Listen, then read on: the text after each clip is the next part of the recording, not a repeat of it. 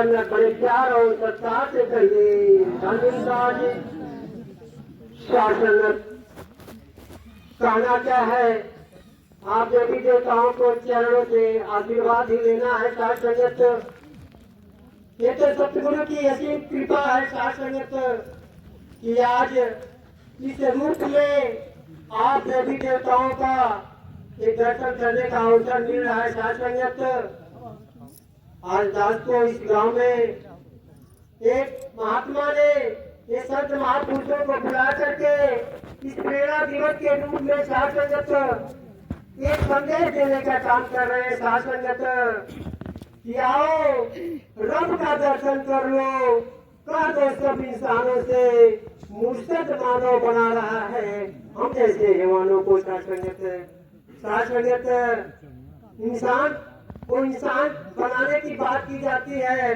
कि कुछ भी बनो, मुबारक है पहले तुम इंसान बनो। इस साथ संगत ऐसा क्यों?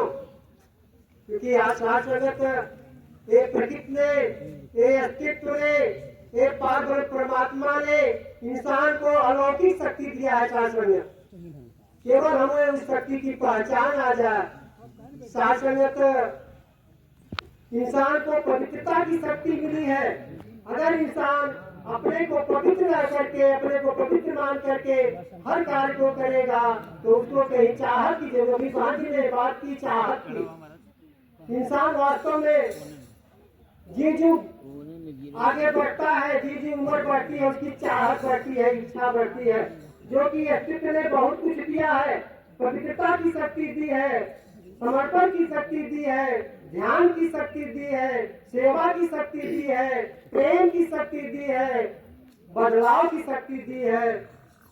यही नहीं, निराकांक्षता की शक्ति दी है। साथ संगत और अस्तित्व ने हमें विश्वास की शक्ति दी है। केवल हमें इस सतगुरु को विश्वास हो जाए। साथ संगत लेकिन इसके पहले अपने आप पर विश्वास करना होगा, क्योंकि हमें आपको एक दिव्य गुण जो ज्ञान मिला है। साथ संगत इस ज्ञान से इस निराकार पावन परमात्मा सर्वशक्तिमान की अनुभूति होती है, जो कि जर्रे जर्रे में हटा करने है। केवल साथ संगत हमको विश्वास हो जाए तो दास आगे नहीं जाएगा।